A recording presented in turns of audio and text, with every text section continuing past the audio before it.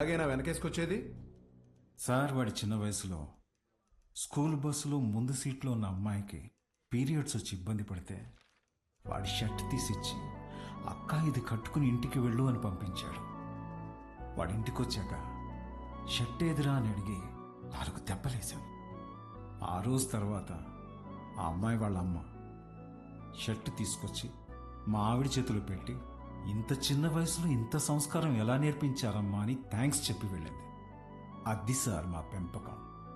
అర్థం చేసుకోలేని వయసులోని ఓ ఆడపిల్లకి అవసరం తీర్చినోడు పాఠాలు చెప్పే పంతులు చేయి నరికాడంటే తప్పకుండా తప్పు వాడిదై ఉంటుంది సార్.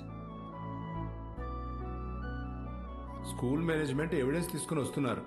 సారీ, అర్థం చేసుకోండి ప్లీజ్.